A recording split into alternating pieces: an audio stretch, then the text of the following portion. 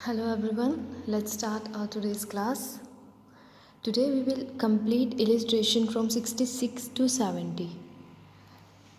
Illustration 66. D, E, F, B and Z were partner in a firm sharing profit in the ratio 5:4:3:2:1. Unfortunately, P and Z meet with a tragic car accident in which both of them died. The goodwill of the firm was valued at 1,50,000 and DEF decided to share future profit in the ratio 4:6:5. You have to pass the journal entry to record goodwill. For that, first of all, you have to find out gaining ratio क्या है, right? तो gaining ratio calculate करने के लिए और new minus old कर देंगे. तो सबके गेनिंग रेशियो निकालते हैं. D, E, P, Z and B, F, P and Z ये शेयर करते हैं 5:4:3:2:1 में, जिसमें से P और Z एक्सीडेंट पर हो गए इन्हें. तो D, E, F जो है ये शेयर कर रहे हैं 4:6:5 में. D का निकालते हैं. New ratio is 4/15 minus 5/15 that is -1/15. ये हमने गेनिंग रेशियो का फॉर्मूला लगाया और आंसर नेगेटिव में आया. इट मीन्स ये पर्सन सेक्रीफाइस कर रहा है. देखो हमने न्यू माइनस ओल्ड किया है, ओल्ड माइनस न्यू नहीं किया. तो न्यू माइनस ओल्ड करके गेनिंग आना चाहिए, बट आंसर नेगेटिव आ रहा है तो इसका अपोजिट होगा सेक्रीफाइस. इसी तरीके से ई का 4/15 माइनस 6/15. सॉरी पहले हमने न्यू लेना है बाद में ओल्ड. तो यहाँ पर आ जाएगा 2/15. ये पर्सन गेन कर रहा है 2/15 share. Next one is F. F का न्यू रेशियो 5/15, ओल्ड है 3/15. ये पर्सन भी 2/15 गेन कर रहा है. और पी और जेड तो डेफिनेटली अपना अपना शेयर सेक्रीफाइस ही कर रहे हैं क्योंकि उनकी डेथ हो गई है. ये दोनों ही सेक्रीफाइस कर रहे हैं. तो यूजुअली अब तक हमने क्वेश्चन में जो किया गुडविल ट्रीट करते थे, तो जो पर्सन जा रहे होते थे, जिनकी डेथ होती थी, सिर्फ वही सेक्रीफाइस करते थे. बट ज़रूरी नहीं होता. जैसे कि डी एक एग्जिस्टिंग पार्टनर है, वो सेक्रीफाइस कर रहा है. तो जब एग्जिस्टिंग पार्टनर भी सेक्रीफाइस करता है ना, तो वो डिमांड करता है कि मुझे भी गुडविल दी जाए. अब D 1/15 share of goodwill demand करेगा. जो कौन पे करेंगे? ई और एफ मिलकर सबका पे करेंगे. तो गुडविल टोटल फर्म की कितनी थी? 1,50,000. डी लेगा 1/15 यानी कि 10,000 रुपीज़, है ना. और ई और एफ तो पे करेंगे 2/15 यानी कि 20,000 रुपीज़. ये डी लेगा और पी लेगा 1,50,000 का 2/15 दैट इज़ 20,000 रुपीज़. और जेड लेगा 1,50,000 का 1/15 दैट इज़ 10,000 रुपीज़. तो देखो टोटल जो ये लेने वाले हैं, डी की कैपिटल बढ़ेगी, पी की कैपिटल बढ़ेगी, जेड की कैपिटल बढ़ेगी, टोटल 40,000 से बढ़ेगी. अब देने वालों का भी देख लेते हैं. ई जो है, ई 1,50,000 का गेन कितना कर रहा था? 2/15. तो ये 20,000 पे करेगा. सिमिलरली एफ भी 20,000 पे करेगा. ये भी टोटल कितना आ गया? 40,000. तो जनरल एंट्री क्या हो जाएगी? Simple. E's capital debit, F's capital debit, क्योंकि ये दोनों गेन करें 20,000 इनसे लेंगे. और डी, पी और जेड जो सेक्रीफाइस करते हैं, तीनों को गुडविल का शेयर मिल जाएगा. Move to the next illustration 67th. A, B are partners sharing profit in the ratio of 5/10 and 3/10 and transfer to the reserve 2/10. Again यहाँ पर जो रेशियो है वो 5:3 है. 2/10 तो वो रिजर्व में ट्रांसफ़र कर देते हैं. तो balance sheet as on 31 March 2020 was as follow. तो बैलेंस शीट एनालाइज कर लेते हैं. क्रेडिटर को कुछ नहीं करना, वर्कमैन कंपनसेशन रिजर्व टिक कर लेंगे. कैपिटल रहने दो, cash at bank, sundry debtor, fixes and goodwill. जब goodwill already book of account में एग्जिस्ट होती है तो उसे राइट ऑफ करना ज़रूरी होता है. Further information will be given. B died on 1st April 2020. Beside his capital and reserve, B's legal representative will be entitled for the share of goodwill based on total profit of last 3 years, which were this and that. तो जो B का legal representative है वो goodwill भी लेगा, वो capital और reserve तो लेगा ही, साथ में गुडविल भी लेगा और साथ में लास्ट 3 ईयर से जो एवरेज बनेगा उसकी गुडविल भी लेगा. यहाँ पे कहा है कि जो गुडविल है वो total profit of last 3 year है. ठीक है, तो आपको लास्ट 3 ईयर का टोटल करना है और उसे गुडविल मान लेना है. हमेशा गुडविल के बारे में अलग अलग बातें कही होती है, तो जो भी स्टेटमेंट कही होती है बस उसे थॉरोली रीड करना है, that's it. Total profit of last 3 year will be treated as goodwill of the firm. Goodwill of the firm, यही इंपॉर्टेंट पॉइंट था इसमें. बाकी तो आगे एसेट्स रिवैल्यूड की गई है. फिक्स एसेट 1,20,000 हो गई है. Next is 2,000 out of debtor are bad and a provision of 5% is to be made for bad debts and 2% for discount on debtor. 2,000 के तो डेटर बैड एप्स ही हो गए. डेटर ऑलरेडी थे कितने 20,000, 2,000 के चले गए, कितने रह गए 18,000. 18,000 पे 5% का प्रोविज़न बनेगा और वो अमाउंट माइनस करने के बाद जो अमाउंट आएगी उस पर 2% डिस्काउंट ऑन डेटर बनेगा. मैं अभी शो करती हूँ कैसे होगा. प्रीपेड इंश्योरेंस इज 490, ये आपकी एसेट है. एंड आउटस्टैंडिंग सैलरीज आ 3,000. ये दोनों चीज़ें हमने बुक ऑफ अकाउंट्स में नहीं दिखाई हुई, तो दोनों रिवैल्यूएशन में जाएगी एसेट साइड, आई मीन ये क्रेडिट साइड और ये debit side. There is an old typewriter not recorded in the books valued at four. इसे बोलते हैं अनरिकॉर्डेड एसेट. एक आपके पास टाइप राइटर है बट आपने बुक्स में रिकॉर्ड ही नहीं कर रखा, तो यानी कि कुछ अनरिकॉर्डेड एसेट्स भी आपके पास. अब अनरिकॉर्डेड एसेट है तो आपके लिए बेनिफिट ही, इसलिए ये रिवैल्यूएशन अकाउंट में क्रेडिट साइड शो किया जाएगा. You have to prepare a revaluation account and B's account to be rendered to his legal representative. B का अकाउंट बनाना है और रिवैल्यूएशन अकाउंट बनाना है, ठीक है. मैं आपको कैलकुलेशन शो करती हूँ. एक तो गुडविल की शो करती हूँ और मैं आपको डेटर वाले की शो करती हूँ. बाकी क्वेश्चन तो बिल्कुल सिंपल सा ही है. देखो गुडविल का है कि लास्ट 3 ईयर का प्रॉफिट जो है वो गुडविल ऑफ फर्म है ना, यही कहा है ना. लास्ट 3 ईयर का प्रॉफिट, तो लास्ट 3 ईयर का प्रॉफिट कितना है 10,300, 15,100, 13,600. इसे ऐड कर लेंगे 10,300, 15,100 एंड 13,600. टोटल कर लेंगे 39,000 rupees goodwill of the firm है. बी की डेथ हुई है तो बी का शेयर कितना था 3/8.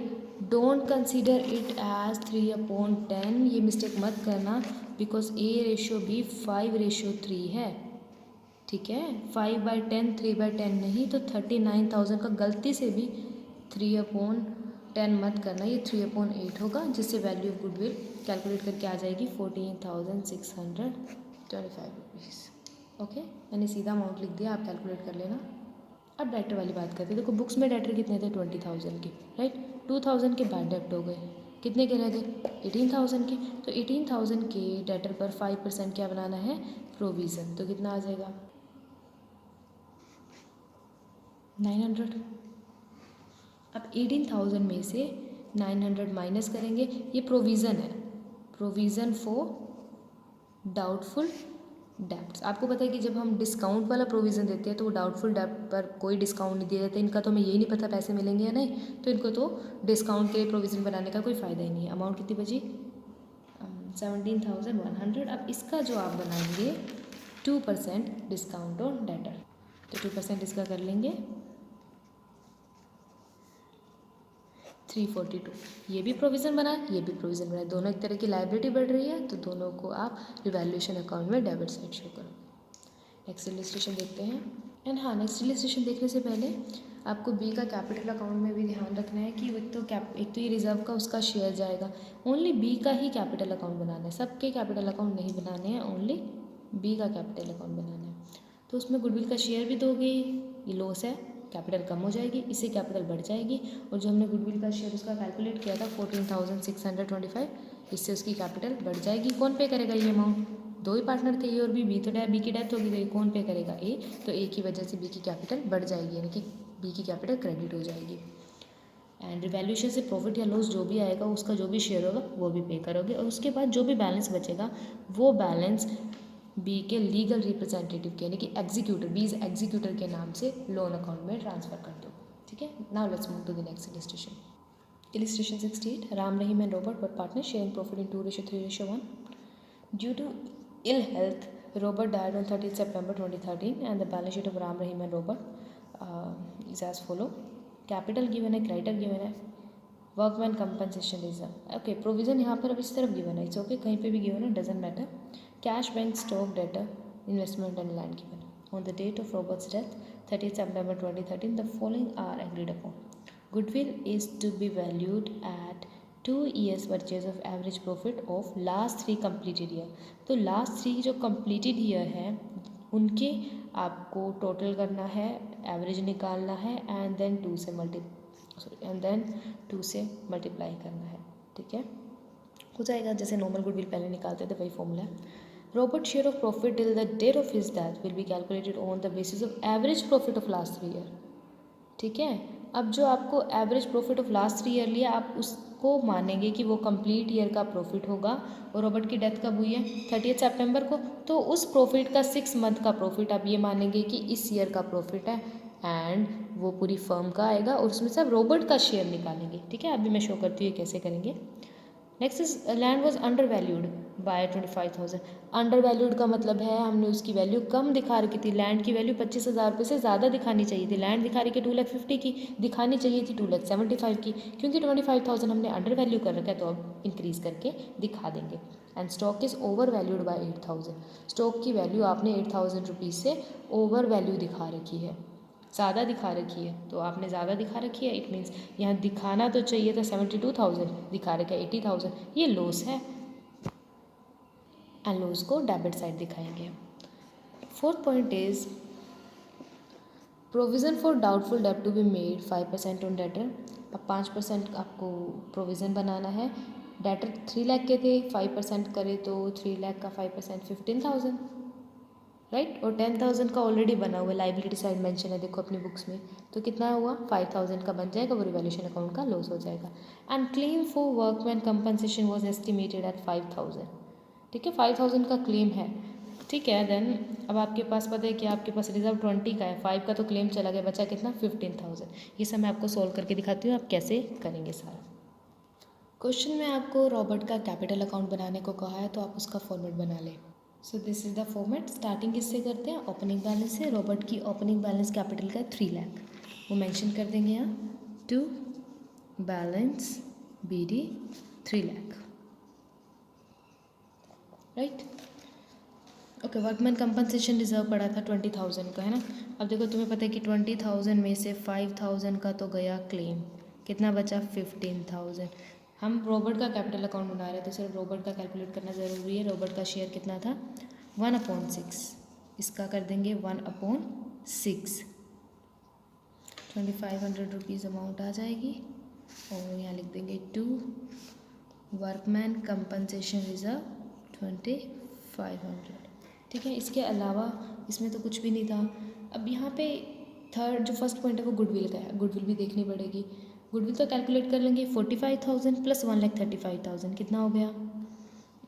1,80,000, 1,80,000 प्लस 90, 2,70,000। 2,70,000 को 3 से डिवाइड करेंगे तो 90,000, और 90,000 की 2 से मल्टीप्लाई करेंगे तो आ जाएगा 1,80,000। कंप्लीट गुडविल आ जाएगी 1,80,000। इसमें से हमें किसका शेयर कैलकुलेट करना है? ओनली रॉबर्ट का शेयर। रॉबर्ट का शेयर कितना है? 1/6। तो अब रॉबर्ट जो गुडविल कितनी लेगा? 30,000 रुपीज़ गुडविल लेगा। ये गुडविल कौन पे करेंगे? क्योंकि नया प्रॉफिट शेयरिंग रेशियो का क्या है, कुछ नहीं गिवन, तो ये मान लेते हैं 2:3 ही, जो ऊपर क्वेश्चन में 2:3 ही,